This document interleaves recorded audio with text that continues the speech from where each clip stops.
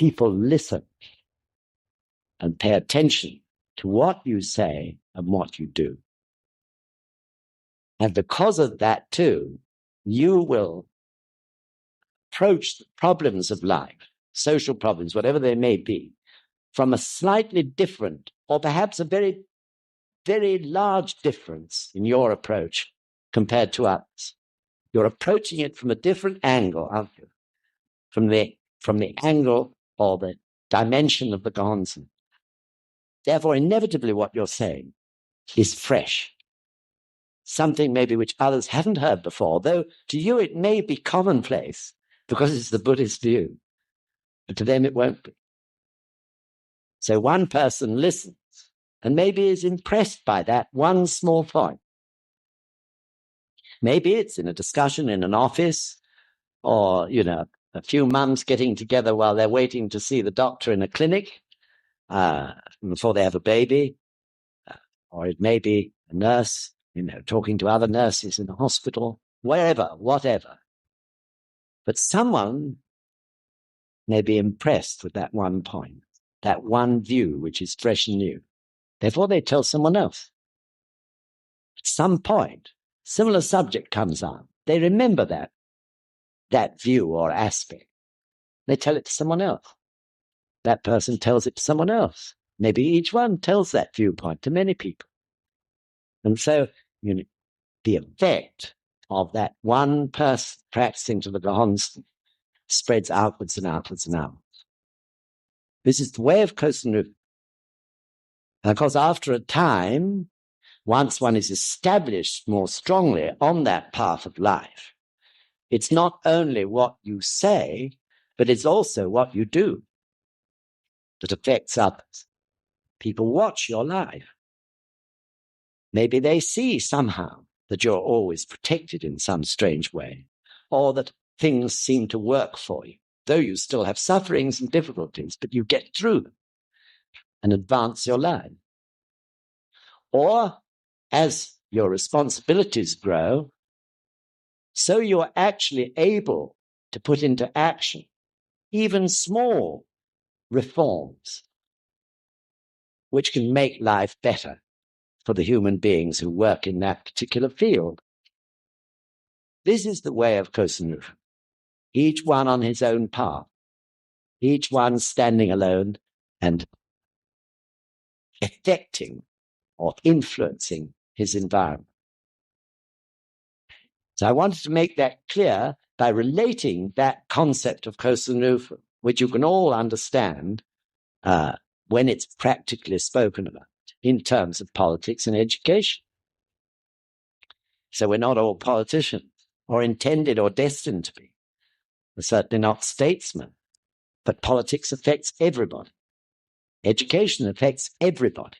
We cannot sit back and say, I don't know anything about politics and I don't want to know about it. Or we shouldn't, because it affects everyone's lives intimately, doesn't it? The decisions that are taken by politicians. And so, therefore, what we discussed in the session on politics was that we have the good fortune to have a democratic system.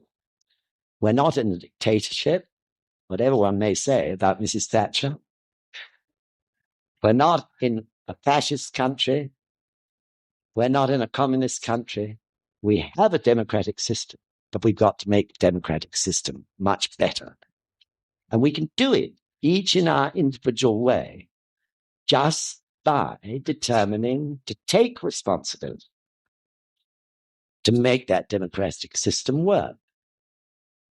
Some people may do it in quite a big way, in their local neighborhood or in their local government, in the borough council. Other people are doing it in small ways, even just encouraging people to vote for what they believe to be right is a great service in itself to the people of this country as a whole.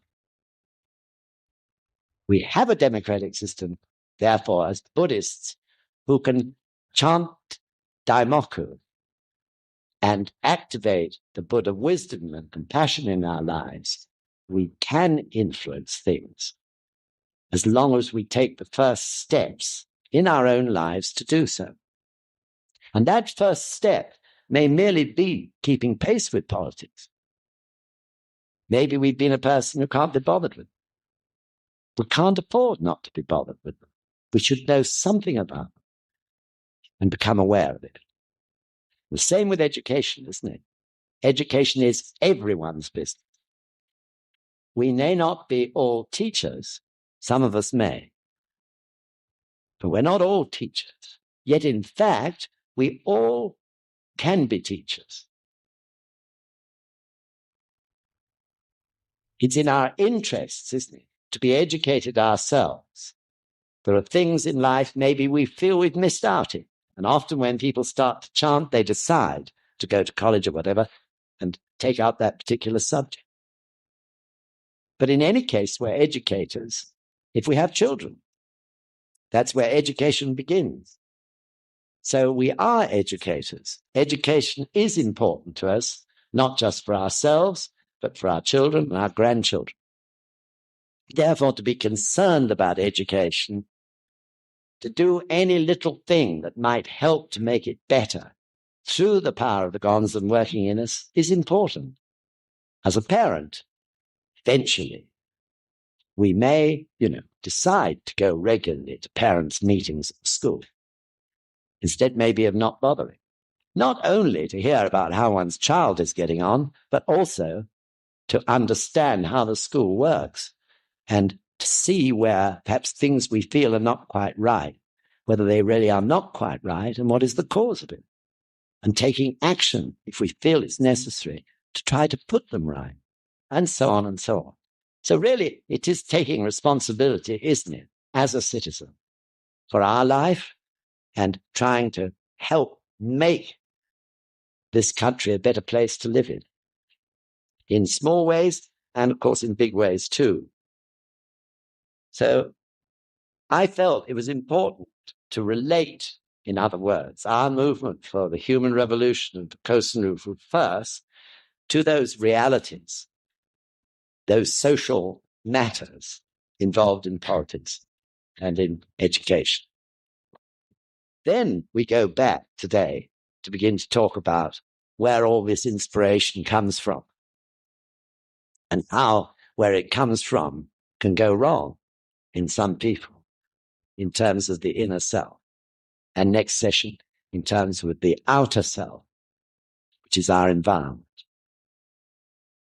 So, of course, it's interesting the way Sensei approached this whole dialogue. He began by talking about the inner self and the environment. It enabled him to introduce to Professor Toynbee two extremely important principles of Buddhism, or really three. First was prime point of protecting the dignity of life. And the second were the principle of Shikishin Funi. Shikishin Funi, the inseparability of one's body and spirit. That they're totally interwoven and interact with each other in every human life. And thirdly, Esho Funi, the inseparability of ourselves and our environment. Now, he tackled those straight away at the beginning because they're so fundamental to Buddhism, whatever aspect of life you might be considering.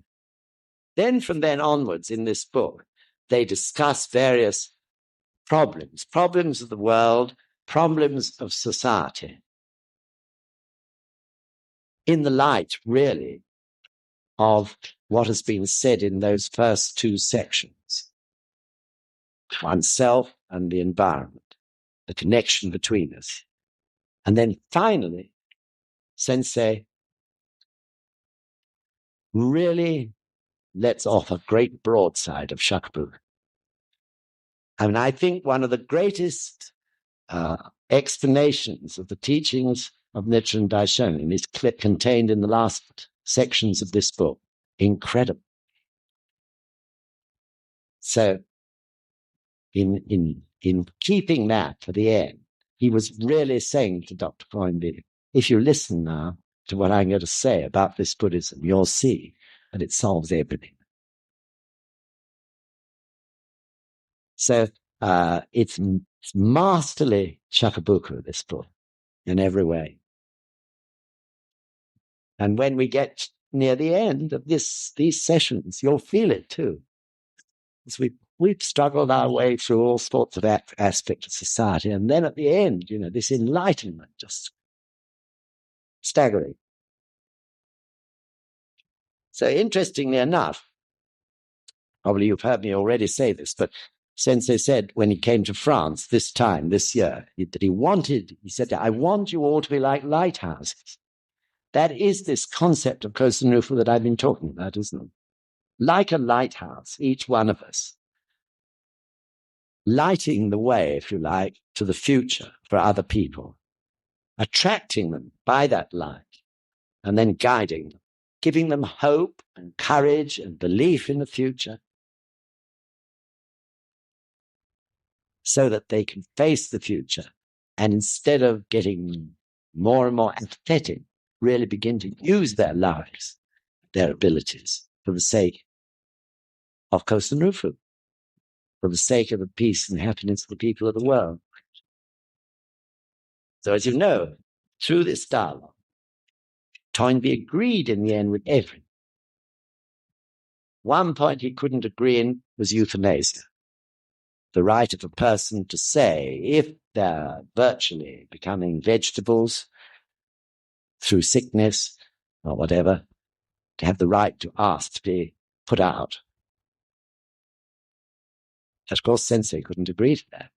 As Buddhists, we're taught, we begin to understand we should live the full span of our lives. Because even up to the very last minute, we're affecting, aren't we, our environment in ways that might be exceedingly important for other people and things in that environment. The Sensei was strict on that point. And then, oddly enough, this wonderful, great old man, this old scholar, suffered a severe stroke and spent his last year of life exactly in that condition, completely paralyzed. He couldn't talk, and he couldn't eat without it being liquids, so on. Yet, when he died, and I rang his old secretary, a lady who'd been with him for many, many, many years, she said the incredible thing about him was that always his eyes were shining throughout that year. His spirit never ever died in any way. And we used to feel, she said, that he was still working, although he was physically paralyzed. So one wonders what his mind was doing in that time. Was he beginning to say, that fellow Ikeda, he was probably right. Working out things still for himself with his strong seeking mind about life, I'm quite sure, and probably preparing himself for death and feeling perfectly happy about it. It's very moving, I think. Because this was the great impression that this lady, his secretary, and also his family, had of his life in that last year. So I guess that by the end, he'd agreed with everything that Sensei had said to him. Because there's only that one point that was a difference of opinion about. So this is the way of Kosen Rufu. And the other thing I want to just mention is that we completely tend to discount. I've been talking about our individual action, right, on our particular path of life. But we tend to completely discount the incredible power of our Daimoku. It's not easy to grasp that. Of course it's not. Because it's an unseeing power which eventually reveals itself in results. So you chant for peace in Northern Ireland. You think nothing's happening. But the point is, it is. Even if there are 20 people chanting for peace in Northern Ireland, something is happening, but nothing like what can happen if 1,000 people are sincerely desiring peace in Northern Ireland and chanting for it and keeping it strongly in their religion, or whatever else the goal may be. The power of Myoho Renge Kyo is colossal. We can see it sometimes in our own experiences, can't we? In our own individual lives, we can bring about incredible change. In our own individual lives, just through our own Daimoku. Multiply our own Daimoku by 100, 1,000, 10,000.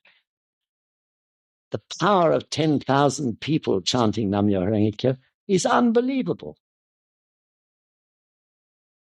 So Sensei said not long ago, I think it was a couple of years ago, that in his view, when every country in the world has a minimum of 10,000 people chanting Myoho Renge Kyo, Kosen Rufu will be achieved. Of course, it's then got to be maintained forever, but it will have been achieved. Of course, if there are 10,000 people chanting Myoho Renge Kyo in every country of the world, some countries by then will have millions chanting.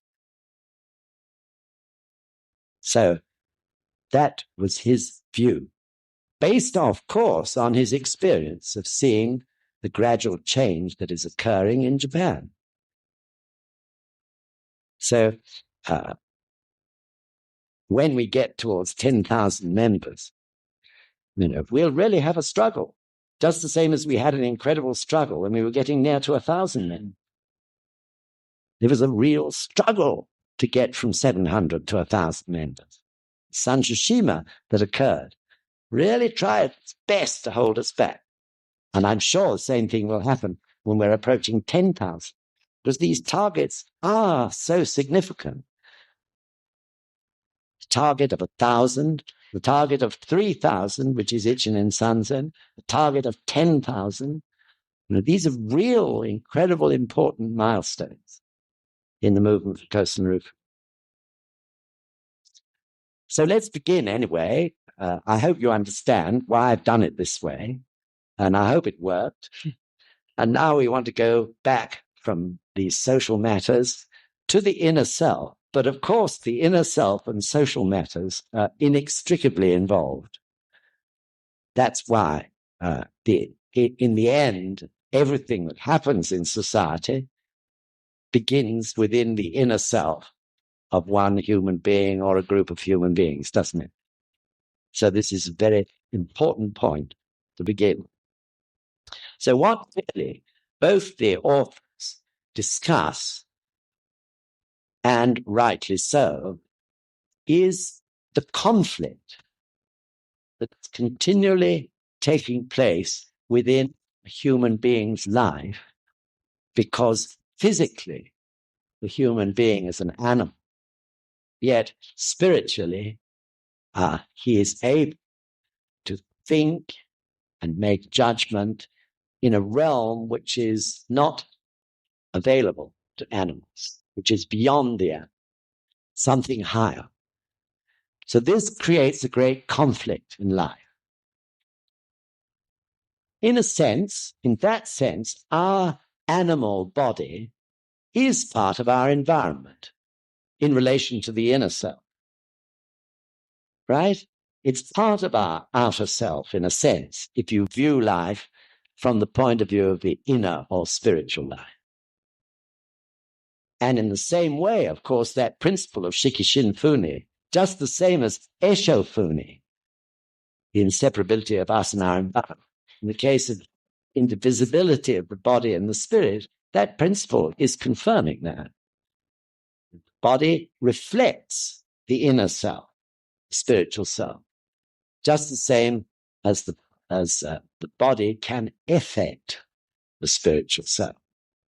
And the two are really one and indivisible, although they're two different things. So Shiki, Shin, Funi. Shiki means body. Shin means the spiritual aspect of life. And Funi means indivisible or inseparable. In literally, it means two yet not two. two are so closely tied together. So we could say, couldn't we, because of this situation of the human being, the makeup of the human being, that probably there are three alternatives to the way we decide to live. The first is to decide to let our inner self become animal, just the same as our outer self. And I'm sure we all know or have heard of or have met some people who have reached that state of human degradation, especially in war.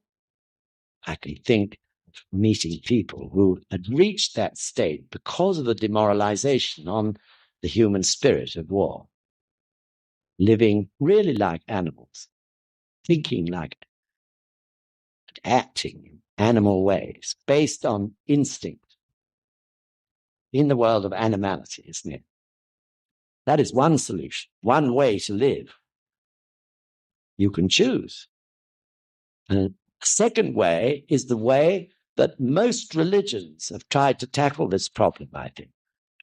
And that is to struggle to try to separate the spiritual aspect of your life from the physical aspect.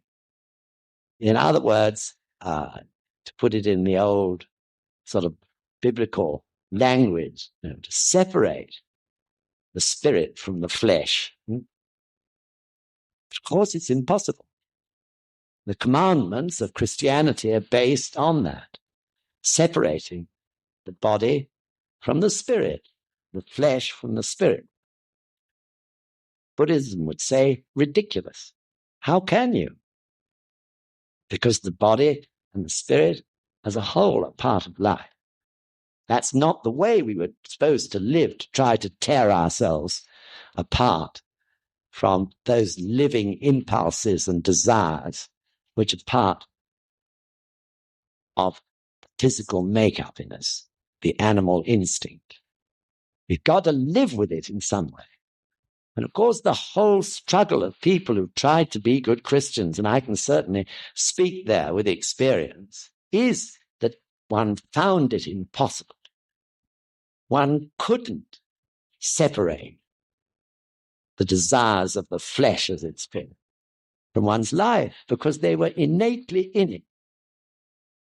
One might have tried to repress them, but like a spring that you were pushing down, eventually they must explode. So this caused people incredible pain, and especially from guilt. A great agony was created in people's lives who were trying to sincerely to follow such teachings. Then Buddhism says the third way is really the only way that is practical to a human being, which is to recognize both the fleshly desires as well as spiritual life as part of human life, something that is innately within us.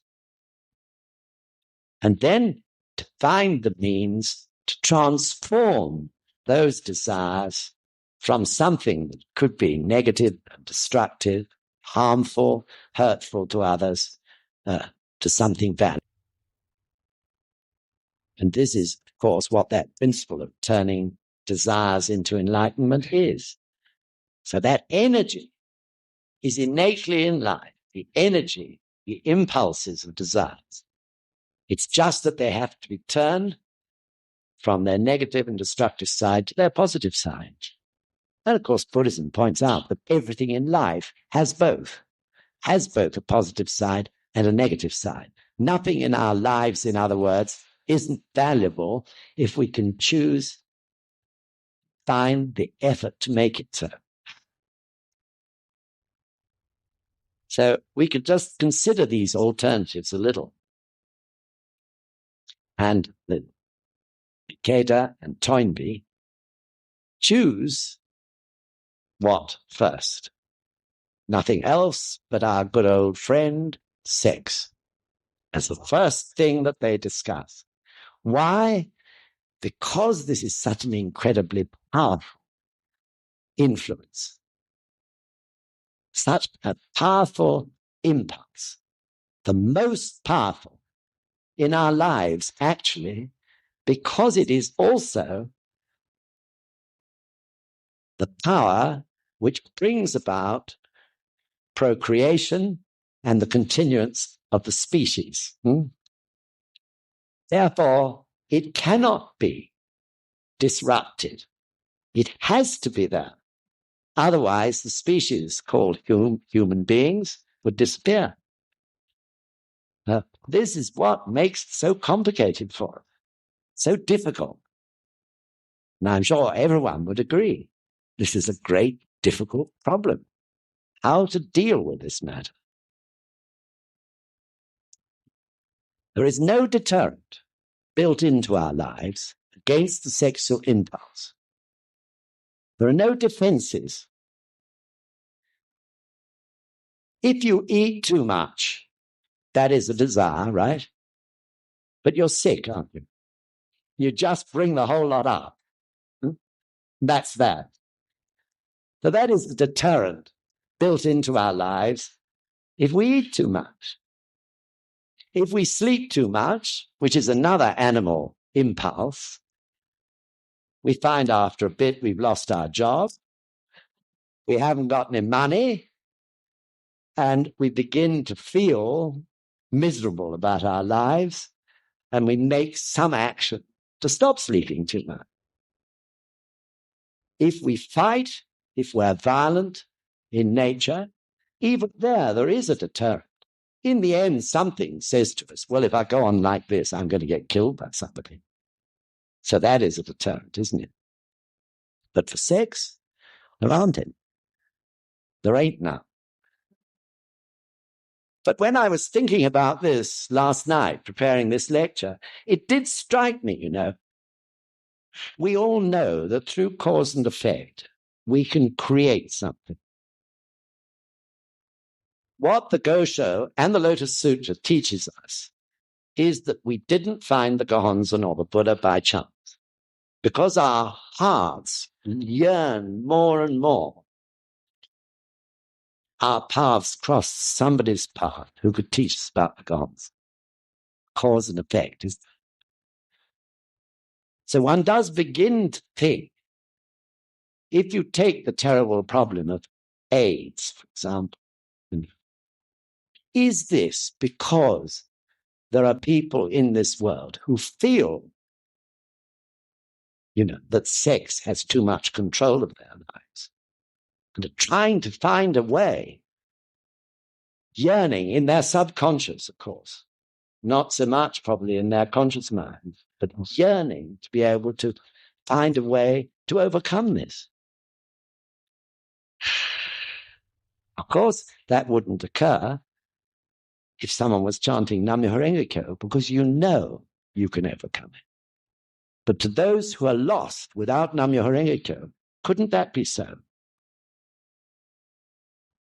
I've certainly, in my life, had experience where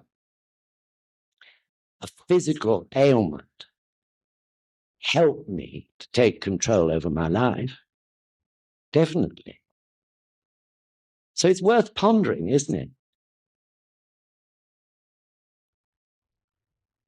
People don't like their lives to be out of control. Of course they don't. Nobody wants their life to be out of control.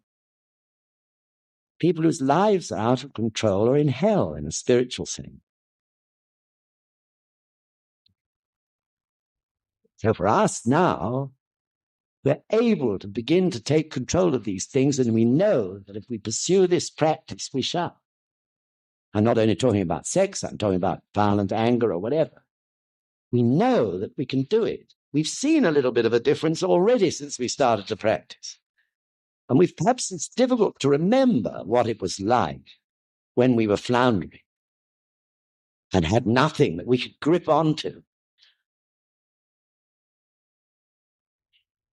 Anyway, it's an interesting thought. That's all it is. Don't go around saying that's Mr. Corson's. That's Buddhism or something, the thing I said about AIDS. But it's an interesting reflection. There is a cause and effect. I feel it could easily be, that yearning to find something that could put a stop to one's life being out of control. Definitely, we do see in society the animal instincts running wild. Definitely, one can see it in all directions. For example, men and women who are sincerely worried and probably hold discussions about overpopulation, yet, through not having control, they produce unwanted babies, perhaps. All those sort of strange paradoxes. And then we look at the media, at pornography. What are they doing? Nothing else but encouraging sex purely for self-satisfaction. That is all they're doing. Which means sex at the expense of someone else, at the expense of their happiness, perhaps causing hurt or harm in the process. So that sort of spiritual pollution is also existing everywhere in this age of Mapo, which it was our destiny to be born into. I mean, there is, if this went on unchecked, if there was nothing that appeared to take control or to help human beings to take control over their lives, it could go on and on. I mean, after all, you can walk through a park anytime you like, probably. Well, no, not anytime you like, but it happens to be at the right time. You'll see couples at it in full daylight under the bushes, not even really bothering to hide. Oh, it's unbelievable, but that is totally animal, isn't it? Actually, a sensei says, I think he doesn't talk about couples under bushes, but the sensei says it's worse than animals, because animals carry out these natural functions in a very natural way. It doesn't occur to them because they're not thinking, judging people. But we are, and we tend to feel that those sort of matters are best done in private in order to preserve the dignity of human life. But you can see lots of instances where it's not being preserved and people don't seem to care. Human beings don't have a period when they're on heat. Human beings can be on heat all the time. This is the dilemma. This is the dilemma of the human being where the sexual impulse is concerned, isn't it? So Toynbee says there is nothing that can put this matter right except, he calls it love. Sensei would call it compassion.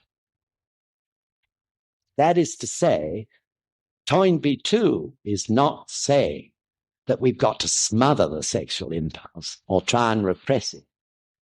In a way, he was saying even then, somehow or other, the sex impulse has got to be based on love.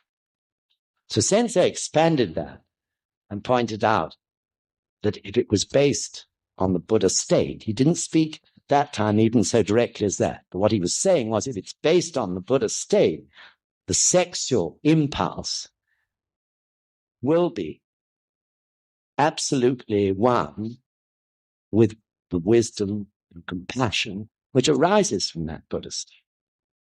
But that explains, doesn't it, that line in the Gosha when Nichiren Daishonin said, even in the act of love, chant Myoho Renge Kyo. He didn't mean literally in the middle of the act. Of course not. What he meant was that the act of love, or should be founded on Myoho Renge Kyo, should be based on Daimoku like everything else. Then the act of love would be in the bodhisattva state of the action would be in the bodhisattva state, arising from the Buddha state, wouldn't it? The bodhisattva state, which is desiring to give happiness, to another person. Not concerned with happiness for yourself, though, of course, understanding that the greatest way to be happy is to give happiness to someone else, but giving that from one's heart to make someone happy. That is what he means by even in the act of love, chant Myoho Renge Kyo. It's the pause, the 3 Daimoku you chant in yourself. Should I or shouldn't I? Am I going to cause this person harm or hurt or not? It's putting on the brake, braking power. If we're truly living our lives based on the Gohonzon or based on Daimoku, what idiots we are if we forget to use it in terms of our sexual relationships. Crazy. Most dangerous thing of all. So it's braking power. It's pausing. Just saying, is it right? Am I going to cause this person harm? Chanting, few Daimoku inside yourself. Saying, I must go to the loo for a moment or the bathroom or whatever. And chanting Daimoku and making sure. I'm not joking. I'm speaking what Nichiren Daishonin taught. What is sense instead of nonsense? How ridiculous to go around basing everything on our Daimoku except that. Isn't it? It's crazy. But of course I know the impulse is so strong. Isn't it?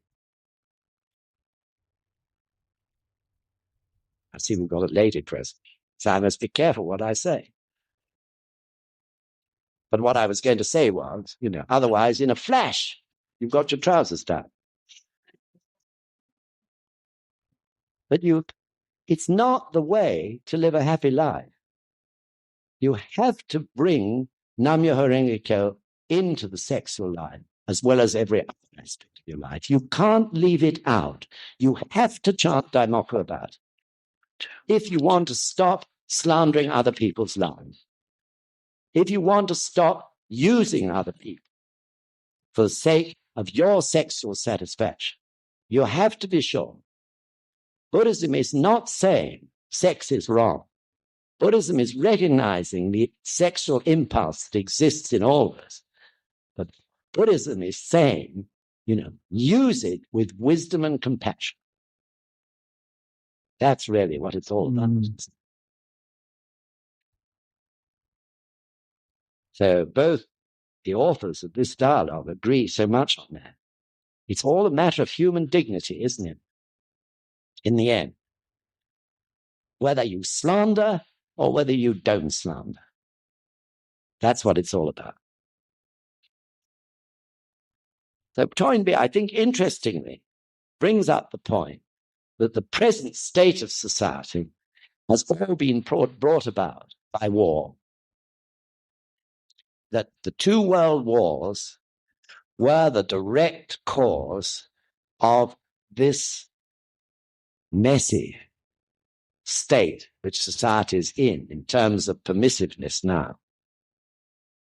That once you tell a man or a woman that it's right to kill another human being, you're on the most vulnerable point, aren't you, in all ethical matters. If you can kill a person, then what's the matter with taking drugs? What's the matter with giving in to all these desires? So war is at the root of it. And I think we can say we saw that clearly in the ultimate degradation in the Vietnamese War. Many of you may be seen films about it. Some of them may be exaggerated, of course, like many films, but generally speaking, the Vietnamese War was a war of utter human degradation because they didn't want to kill. They were made to do so. And in the process of doing so, it tore their hearts out. It took all hope away from them. So that was really the worst one's ever seen. The other two world wars were bad enough. But the actual, in terms of human degradation, the Vietnamese War was the worst. Of course, in World War I and World War II, there was a cause which the priests and the statesmen and everyone could lay at the feet of the people and say, you must fight in order to prevent an evil regime swamping the world. That could get people's hearts. But in the case of Vietnam, the reason for the war was cloudy and unclear and seemed ridiculous to some people. But of course, war is, therefore, isn't it, the utmost evil, the beginning of degradation. I mean, I know it myself from being in World War II. I did become degraded to a definite degree. It wasn't so bad as to make me actually behave in a way which was out of control. But in my heart, I was degraded. Definitely. It had a profound, deep effect on me. It does that to you, war. It wipes away all values. It takes the meaning, if you like, of what goodness is, what value is, and distorts it completely. So this is a terrible thing. I often think that maybe the effect of that is almost the worst aspect. It's not just the killing and destruction, but it's the destruction of people's inner lives, the distortion which it causes, and which affects actually everybody, not just soldiers, but in the case of the world wars, also it affected the people who were not fighting, the civilians as well. It was infectious. And of course, families are broken up with killing, injury, separation. Everything's broken up by it. So Mr. Todo was really right, I think. Singled out war as being the utmost evil in human existence. People torn out of their normal social framework, losing direction completely. Now, I can remember the effect of World War I, because I was born just after that finished. So that led into a period which was called the Roaring Twenties. But the Roaring Twenties were nothing like this present age. The Roaring Twenties really only referred to a small section of the population, mostly middle and upper class so-called people who were usually quite wealthy backgrounds. And it was they who roared through life. It was very, sort of looking back on it, you see it in quite a lot of movies and things these days, because it was quite, in a way, exciting and romantic and all the rest of it. You know, it was big Bentley sports cars and long cigarette holders, very short skirts, and occasionally taking drugs when no one was looking, all that sort of thing. But it only affected just the small minority of the people. However, it was a beginning, definitely. Then, of course, after World War II, that, you know, the Roaring Twenties became something much bigger. And one saw, you know, this really, these impulses running wild. And human dignity really disintegrated in many ways.